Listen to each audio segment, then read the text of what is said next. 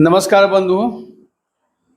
विगत दिनों गढ़वा जिले के मेराल गांव का एक आनंद मार्गी लालमोहन जी का 14-15 साल का बच्चा का वज्रपात के कारण आकस्मिक देहांत हो गया। दिनांक 25/5/2025 को आनंद मार्ग विधि से उस बच्चा का श्राद्ध संपन्न हुआ। यूँ तो श्राद्ध के संदर्भ में गुरुदेव श्री श्यानंद मूर्ति जी कहते हैं कि भाई जीवन और मृत्यु किसी के बस की बात नहीं हो, वो सब परम पुरुष के हाथ में है।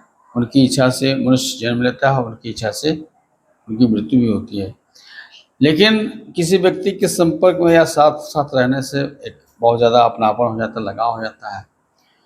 तो अचानक जब वो जाता है तो दुख होता है, खास करके माँ को।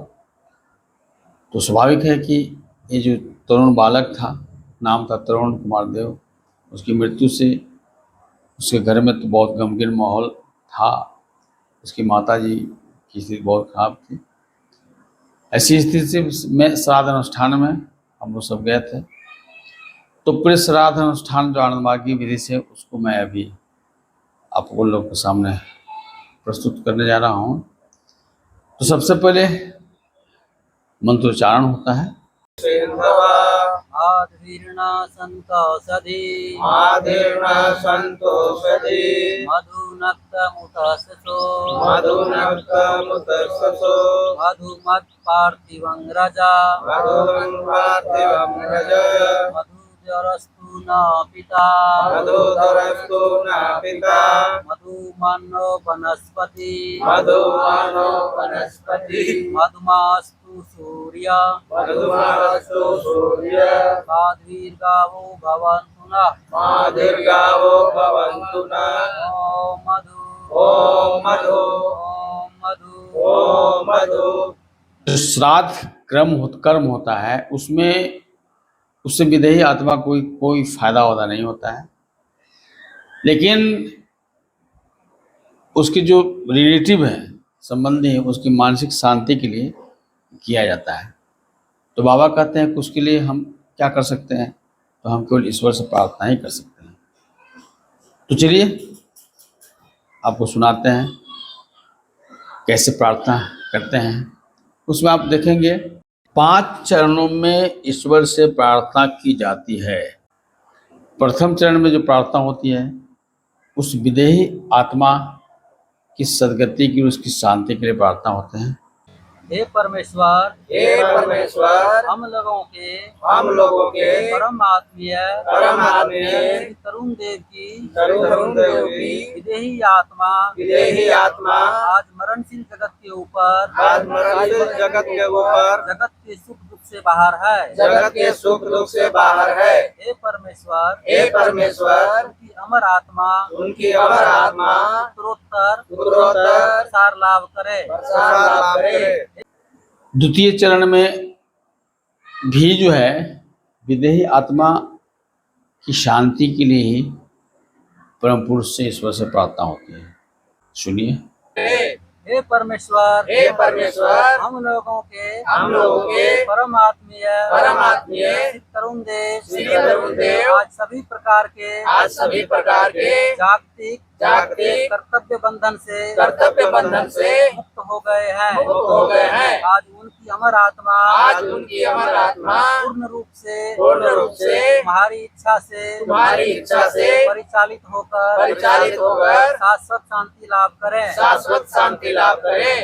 चौथे चरण में बंधुओं, समाज परम पुरुष के प्रति आभार व्यक्त करते हैं कि इस विदेही आत्मा के प्रति हम लोग का जो सामाजिक कर्तव्य था, उसको हम लोग पूरा कर रहे हैं। और हमारा उसको आप जो है सो ग्रहण कीजिए, अपने गोद में लीजिए, स्नेह में गोद में। हे परमेश्वर हम लोगों के परम आत्मीय तरुण देव के प्रति हम लोगों का जो सामाजिक दायित्व था उससे तुमने आज हम लोगों को मुक्त किया है। आज हम लोगों ने अपने हृदय की समस्त पवित्रता के साथ तुम्हारे पुत्र को तुम्हारी स्नेहमयी गोद में प्रत्यार्पित किया है। तुम अपनी वस्तु ग्रहण कर हम लोगों को कृतार्थ करो। हे और पांचवें चरण का जितने भी विदेही आत्मा अभी तक हैं, जो जिनको सदगति नहीं मिली है, भटक रही हैं इधर उधर, उनके लिए पूरे समाज परम पुरुष से, ईश्वर से, परमात्मा से प्रार्थना करता है। परमेश्वर, आज तुम्हारे बच्चे जो तुम्हारी गोद से अलग होकर जगत की त्रिताप ज्वाला में दग्ध हो रहे हैं। जीवन अवसान पर वे लोग तुम्हारे स्नेहमय आश्रय से वंचित न होवे। ओम मधुवतारितायते मधुक्षरन्तु सिन्धवा भाद्वीर्णा सन्तोषधि मधुनक्तमुतस्सो मधुमत्पार्थिवं रजा मधुद्योरस्तु न पिता मधुमानो वनस्पति मधुमास्तु सूर्या भाद्वीर्गावो भवन्तु न।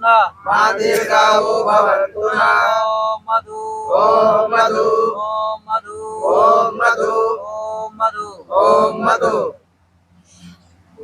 इस तरह हम देखते हैं कि शोकाकुल परिवार पर बिना किसी तरह के दबाव के बिल्कुल सरल तरीके से, बिना खर्च के, केवल एक चम्मच पानी ग्रहण करके आनंद मार्ग पद्धति से श्राद्ध संपन्न कर दिया जाता है।